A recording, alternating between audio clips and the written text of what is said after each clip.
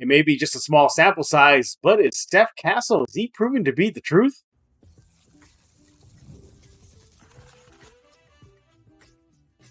You are Locked On Spurs, your daily San Antonio Spurs podcast, part of the Locked On Podcast Network.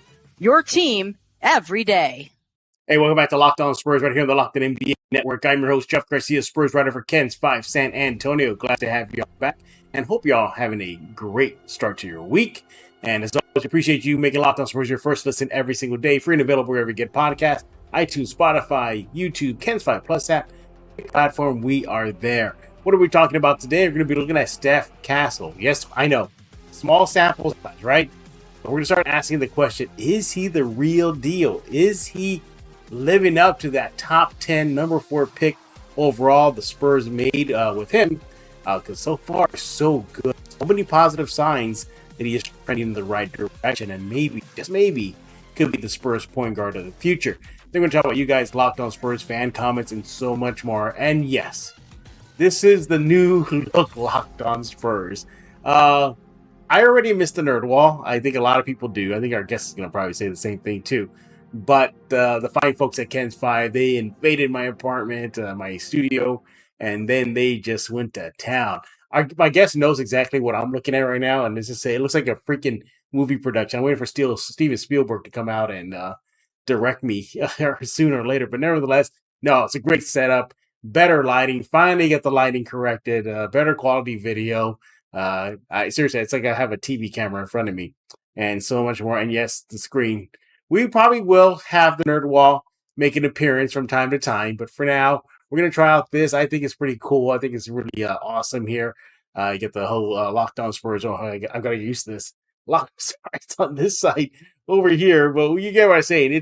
It's here. It's here. The Locked On Spurs branding here. Of course, you got my name. I'm just too big, so I gotta scooch over here. See, y'all can see it here.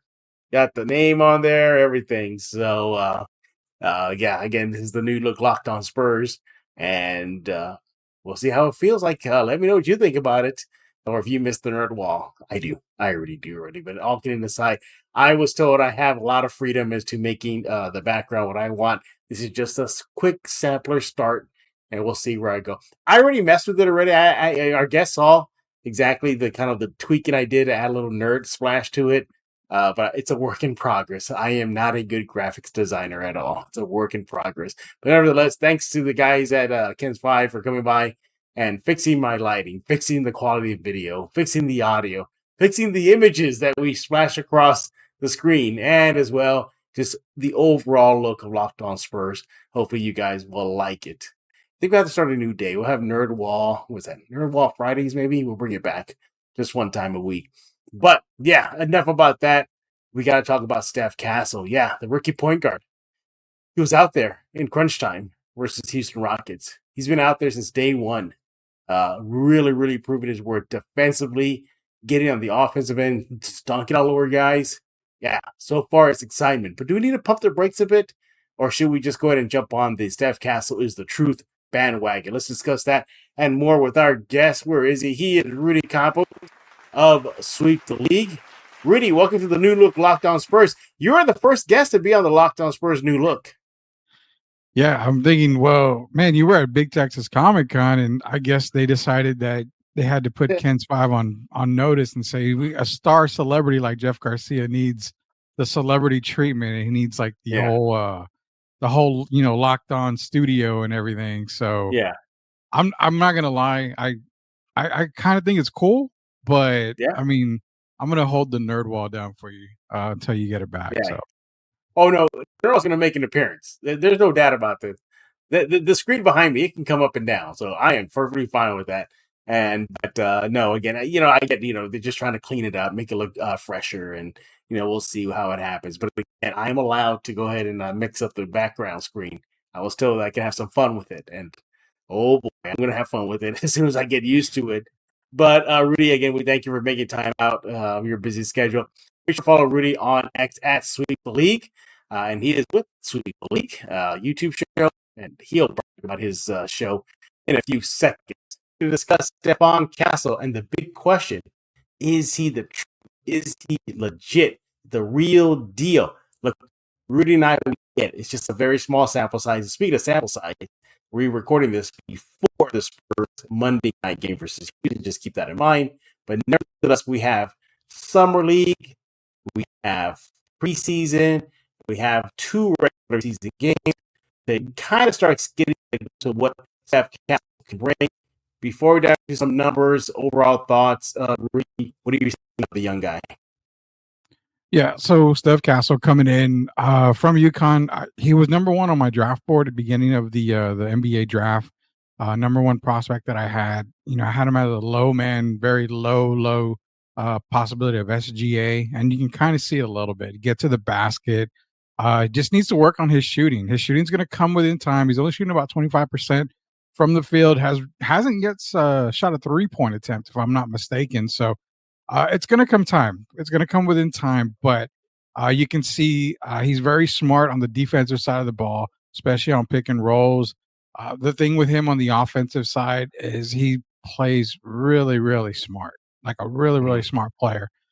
You can see the combo between him and Victor already working, and it's something that's going to look good for the San Antonio Spurs. I think Steph Castle, who's also playing about 22 and a half minutes already in 2 games. That's a lot of minutes, for my opinion, for a rookie. But again, with Devin Vassell being out, it's expected. I really like the lineup of him and Chris Paul in the backcourt that we've been seeing. It's got to continue. But overall, Steph Castle, the truth, he's exactly what the Spurs are looking for to rebuild this team. What I like about it, what I've seen so far, is just the poise on the court.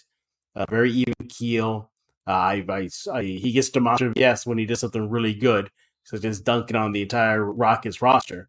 At the same time, every time he makes a mistake, I don't really see him slouching or slumping or hanging his chin or nothing. He just keeps on keeping on. And that's what I like so far, what I've seen about it.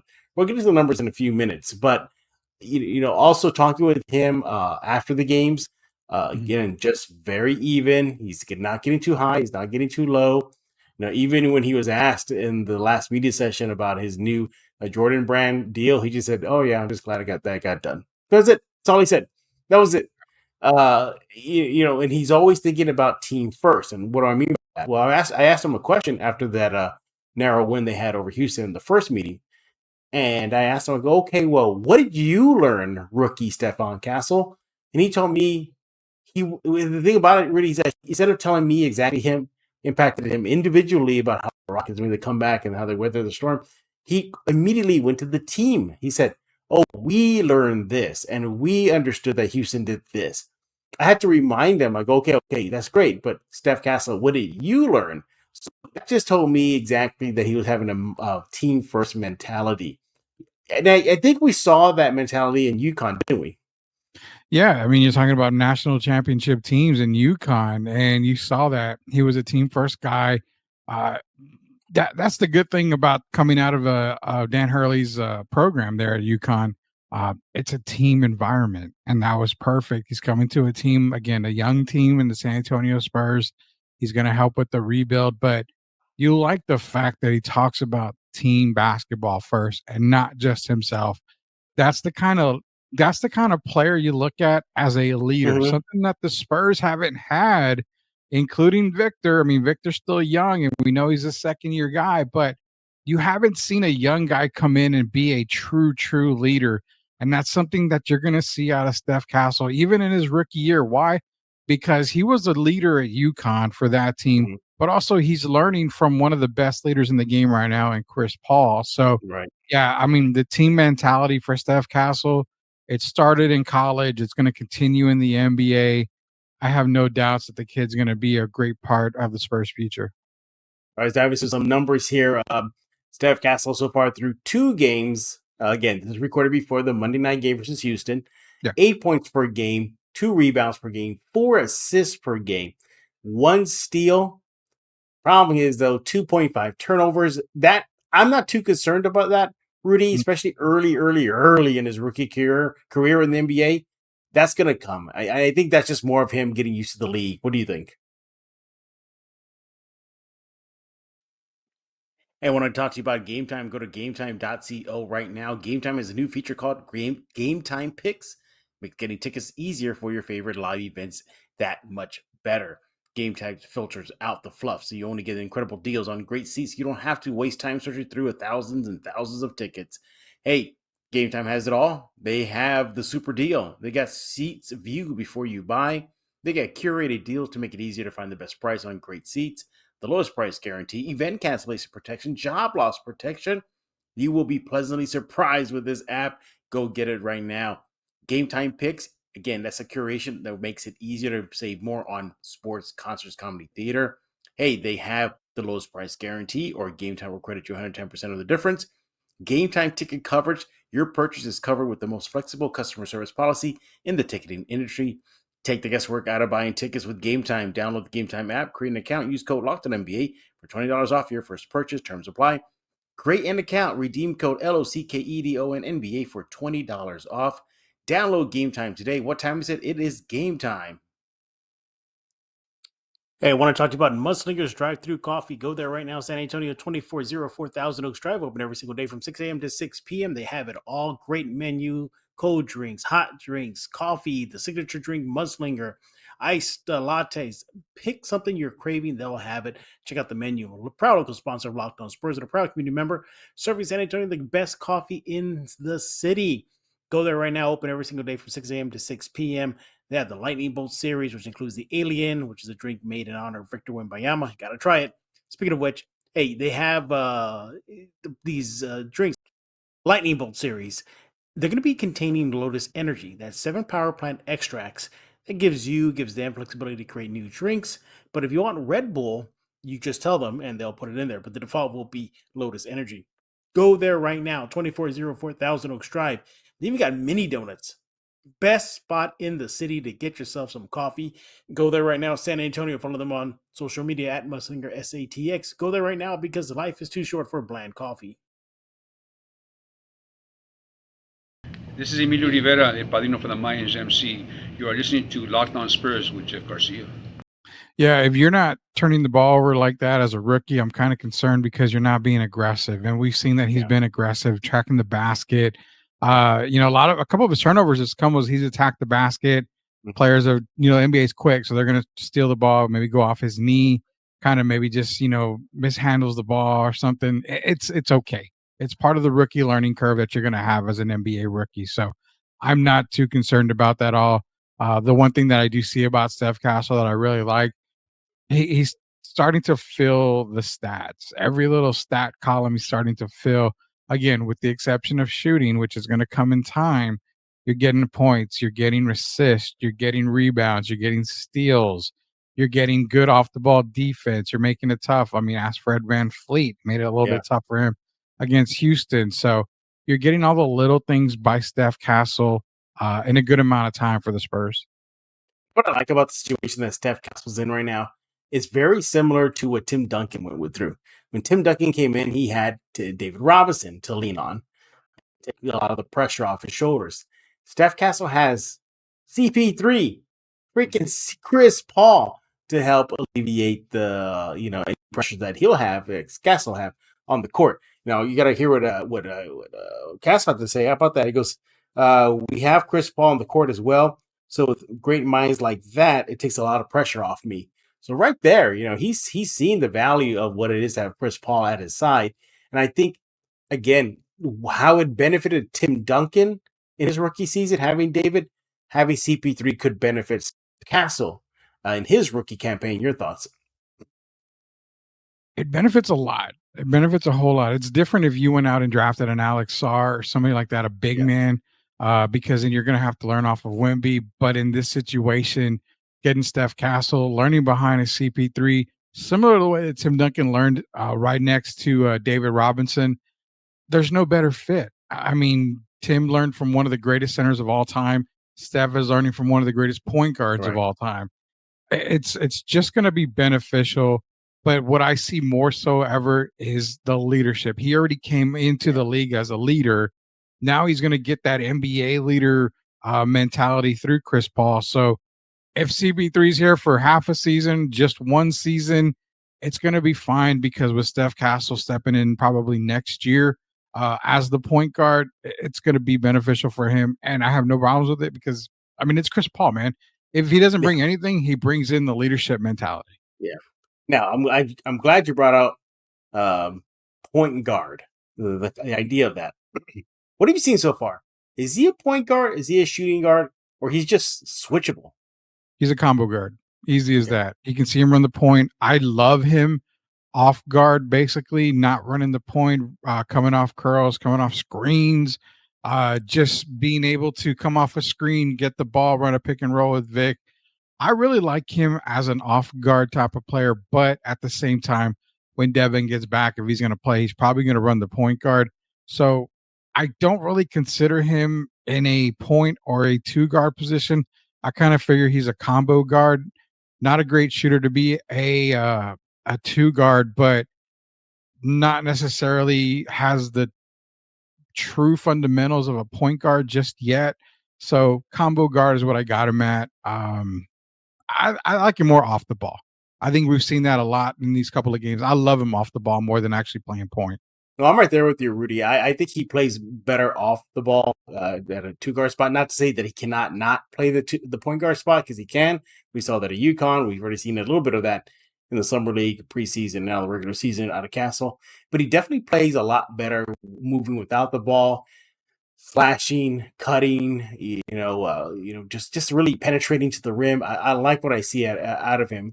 Again, he's a combo guard, and I like that out of him. I believe he is a guard of the future. Is that safe to say with the Spurs rebuild? He's not a point guard. He's just a guard of the rebuild. Yeah, that's safe to say. I like Yeah. that because, let it be known to everybody that if the Spurs are in the lottery again and they get a top 3 pick, say they get the number 1 pick, everybody's in love with Cooper Flag. But Oh, yeah. I've been saying, for a couple of months now, actually about a month, that Cooper Flag is actually number 3 on my big board right now. I've got Dylan Harper and Ace Bailey 1 and 2. So if you were to draft a Dylan Harper, there's your point guard, and then you have Steph Castle as your off guard. That's Yeah. a really good defensive minded and a pretty damn good offensive side scoring, for Dylan Harper and with Steph Castle attacking the basket. So yeah, future wise, I think just him as a combo guard is perfect. Yeah, exactly. And who's to say things might change in the roster? Devin Vassell gets traded, or Ooh, you now said that, not me. I mean, I'm just saying it could happen. And if that were to happen, Steph Castle was there. It looked like it could be just another plug and play, and they'll be fine. But nevertheless, looking at some other stats on here, 3-point shooting. We got to talk about that again. After the first game against Houston over the weekend, he's only attempting 2 3 shots. He has not made one. He has not No. made one. Your thoughts? I'm not worried about it. I mean, we knew if you didn't know, we'll remind you again right now. Coming Yeah. into the draft, he was not a great shooter. He was a pretty terrible outside shooter. So not a surprise he hasn't knocked one down. I'm actually surprised he hasn't attempted more. I figured Pop would have given him a little bit of leeway to attempt a few more 3-pointers. Maybe he's just hesitant. Maybe he just doesn't feel he's in the right position to shoot a couple more threes. But what I'd like to see is for him to actually attempt more threes, whether they go in or not. No big deal. There's not much to lose right now. Just attempt the threes, get that jump shot rolling. The only way for you to make continuous jumpers and to get better is to continue to shoot. That's what he's got to do. Yeah, exactly. Now, on the counterpoint to that, for a rookie, he's getting to the line nearly 5 times a game. He's Mhm. averaging about 4.5 trips to the free throw line. I like that. That shows aggressiveness. That shows he's willing to mix it up, take some fouls, get to the free throw line. And out of 4.5 attempts, he's making about 3. So it's pretty good when he gets to the line. And near 67%, that'll improve. But consider the fact that it's only about 5 trips he's getting to the free throw line. Another thing too that stood out for me is in that game versus Houston is Pop went with a rookie in crunch time. Now, crunch time was a big issue for the Spurs last season. 28 games blown in crunch time situations for the Spurs. You had another similar situation against the Houston Rockets. Crunch time, Houston's making that big charge coming back. They're cutting that deficit down to single digits, and Steph Castle was out there. He was out there.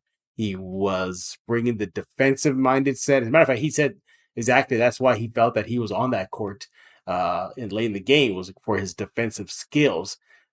Rudy, Talk about a huge boost to the confidence for him, for Popovich. Popovich, notorious for really being rough on rookies. Ask Tony Parker. Ask Lonnie Walker.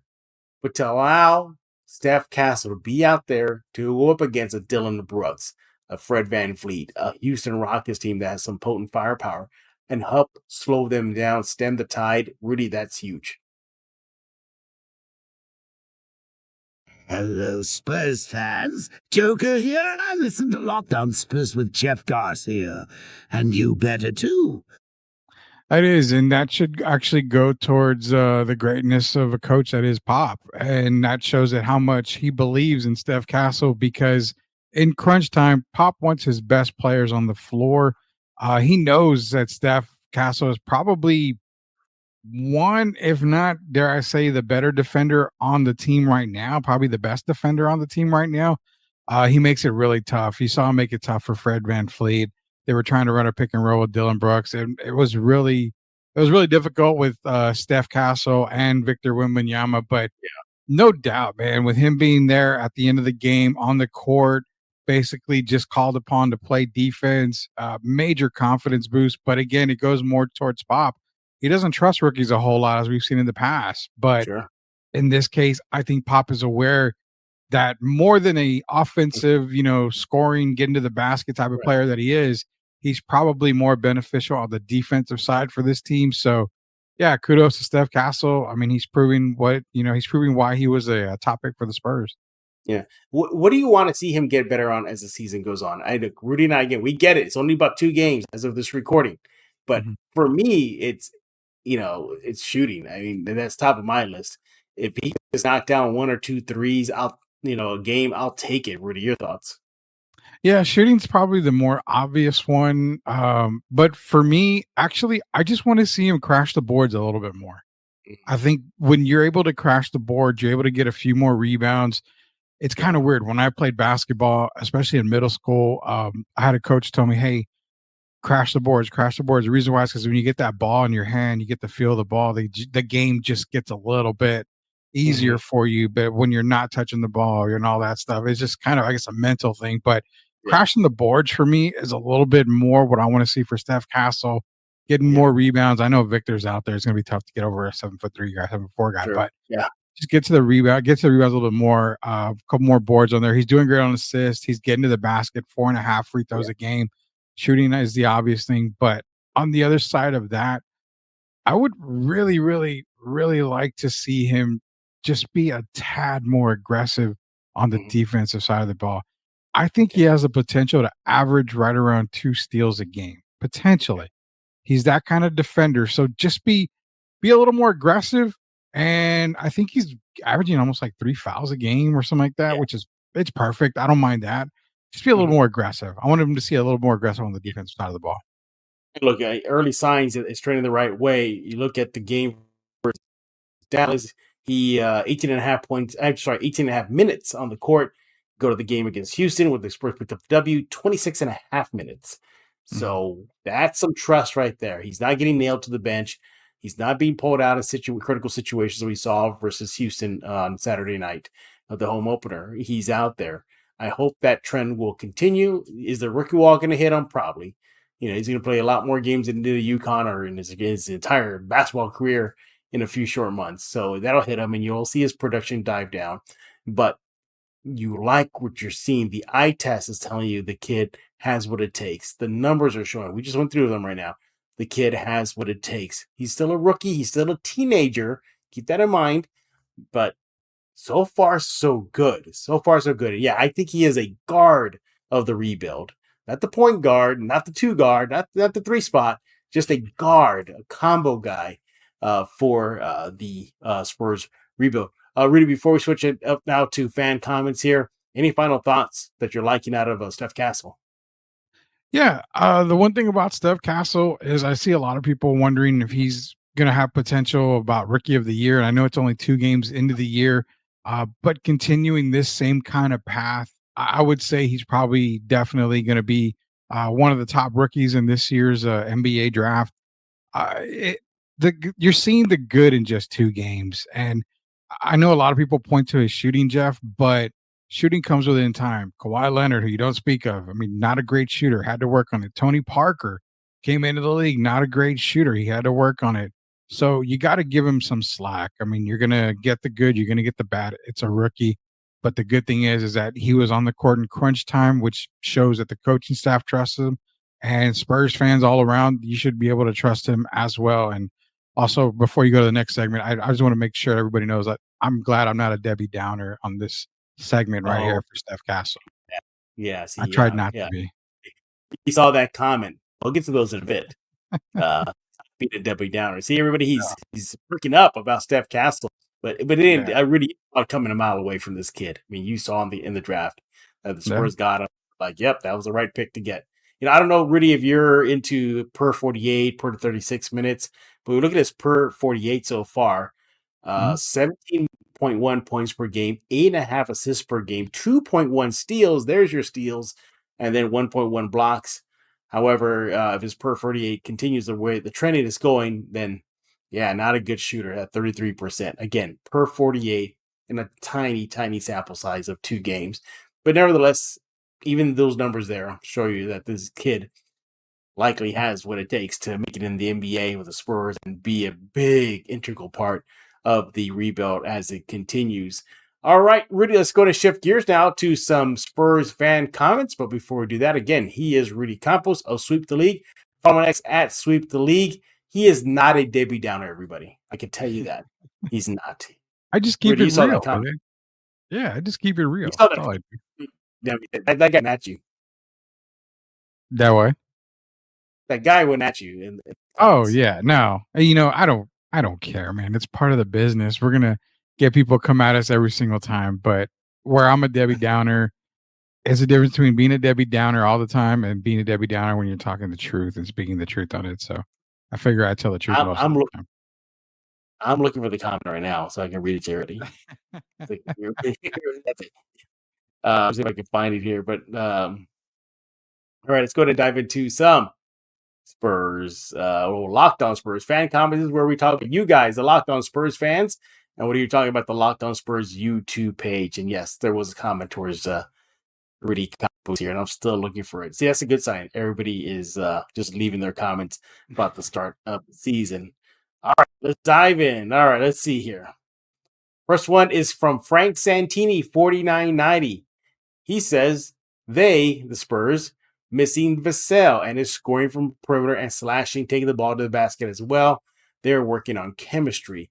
How can you see early signs of the team missing Vassell?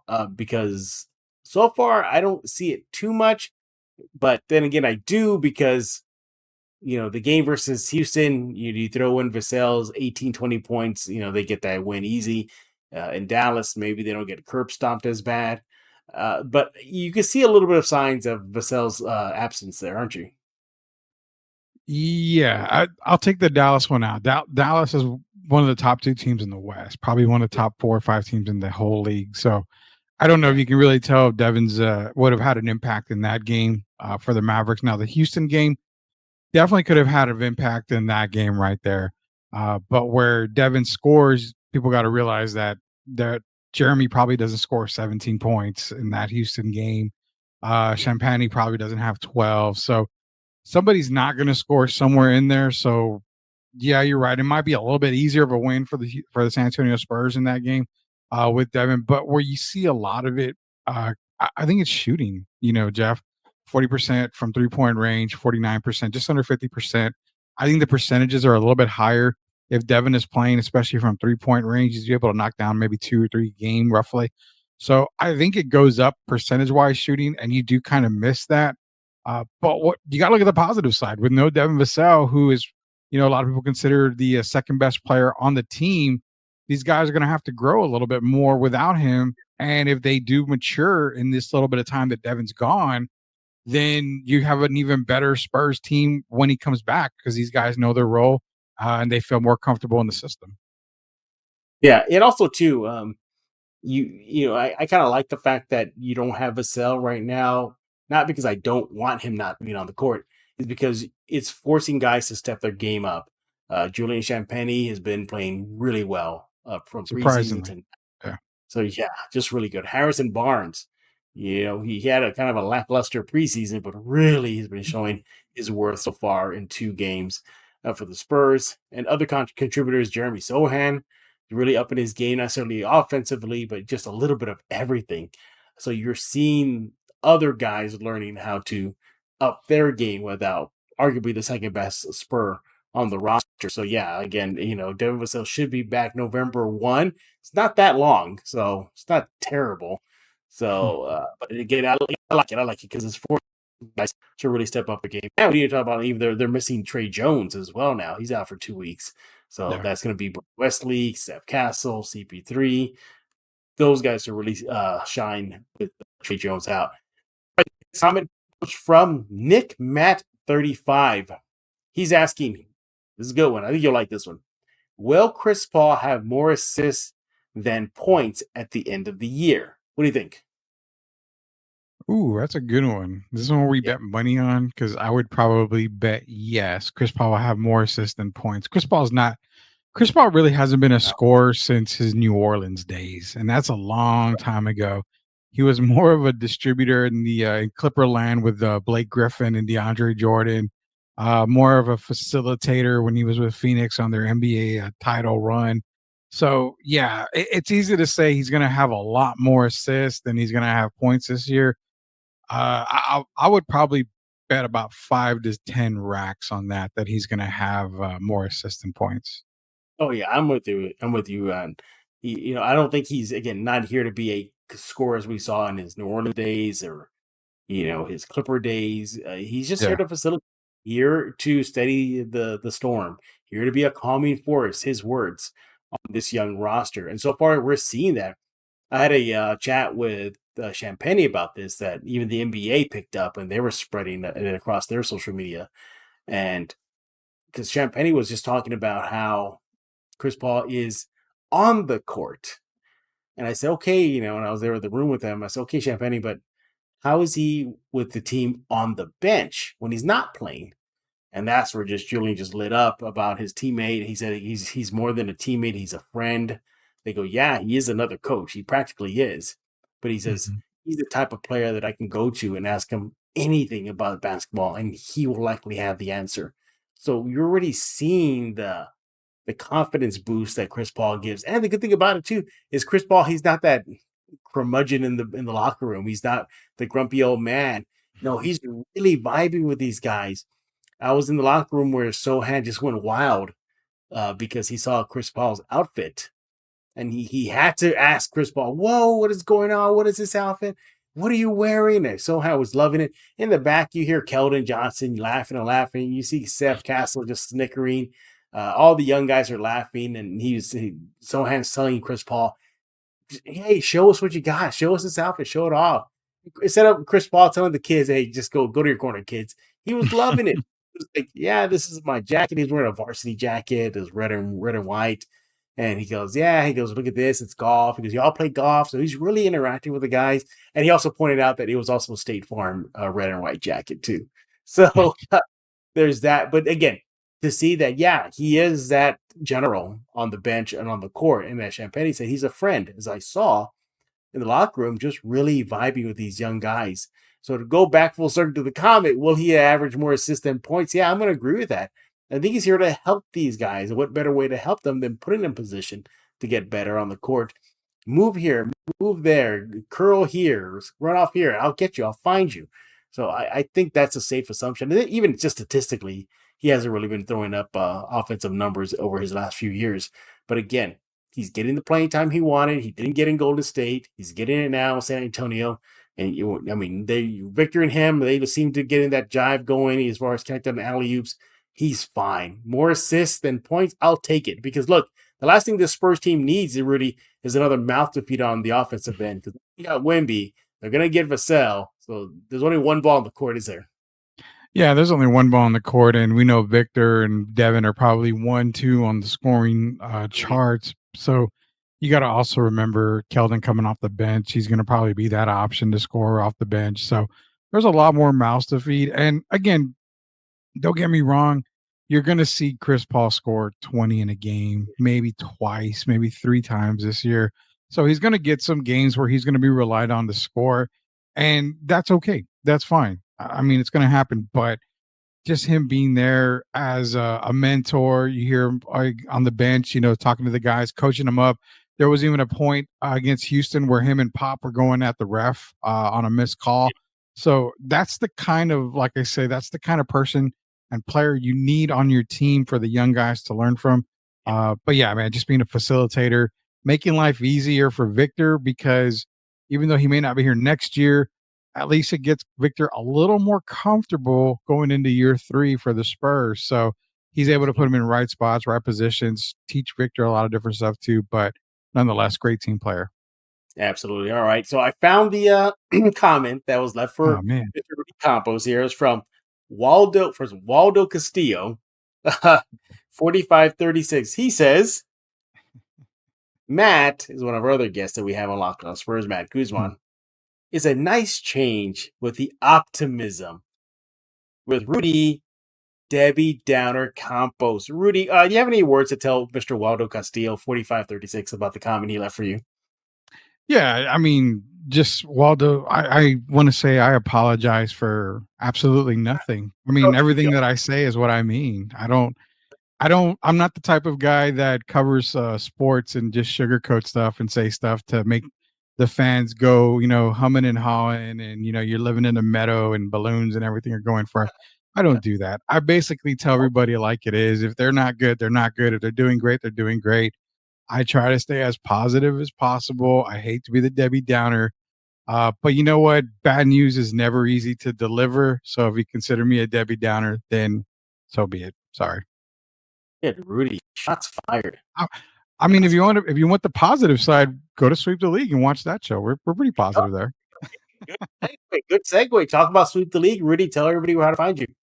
Yeah, find us on YouTube. Search at Sweep the League TV. Be a subscriber. We are at I think over 1,100 subs now. So, in under 7 months, we've got over 1,100 subs, and it's been great. The vault has opened now. I literally had to open up the vault. So me, Montgomery Burns, and Uncle Scrooge are getting ready to give away everything in the vault. So whoever's a subscriber now is definitely going to get a lot of stuff. But yeah, YouTube, search Sweep the League TV.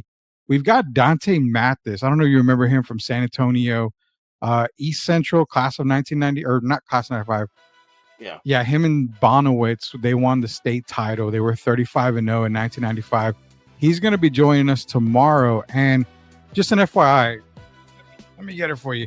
I don't know if you guys can see this, but this guy right here won Alvin Robertson.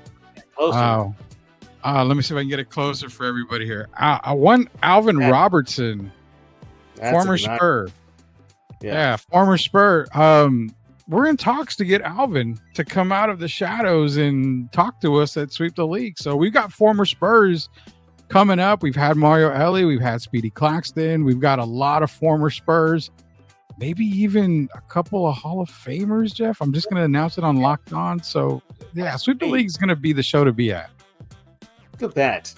See, my shirt may say the hardest worker right now, but it's actually Rudy Campos. It's really Rudy Campos on Sweep the League. Rudy, yeah, again, sounds like some good guests that you got lined up and already had in the past. Go to Rudy's YouTube page, Sweep the League. There you see all the archive of all the interviews he's done. Really, really good ones. My favorite one so far has been the Speedy Claxton one. That was so cool. Even he gave insight about how Tony Parker was taking the trade rumors with Jason Kidd. Yeah. So that was a good interview. Again, make sure to follow Rudy on X at Sweep the League.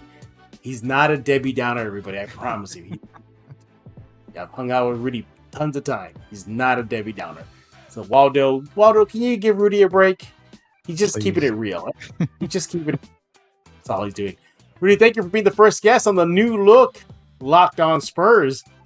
And everybody else, we appreciate you taking time out to listen to and watch Locked On Spurs. Wherever you get your favorite podcast, iTunes, Spotify, Kens 5 Plus app, YouTube, pick up platform. We are there. Hey, let us know what you think about the new look Locked On Spurs. Like it, don't like it, any suggestions? Spice up the background. Again, that's just more of a template for me to have some fun with, so keep that in mind. We'd like to hear your thoughts on it. the Nerd Wall will be back. I promise he will be back. Even if it's just for one time out of the week, I have to. I'm like that. I'm really like addicted to it. I'm like, where is it? I'm like Gollum right now. Where's my precious? Where's my precious Nerd Wall? It will be back soon. I promise you. Again, that green screen can come down, and it can go right back up. So we're all good. Again, we appreciate y'all. And we'll be back tomorrow talking all things silver and black. Don't know who the guest is. We'll change to join us here at Locked On Spurs. Subscribe to Locked On Spurs wherever you get your favorite podcast and the newsletter. We have a Locked On Spurs newsletter. Check it out. The link is in the description below right here if you're watching on the YouTube side of things. Over Rudy Campos, I am Jeff Garcia. We're going to put a lock on this episode of Locked On Spurs.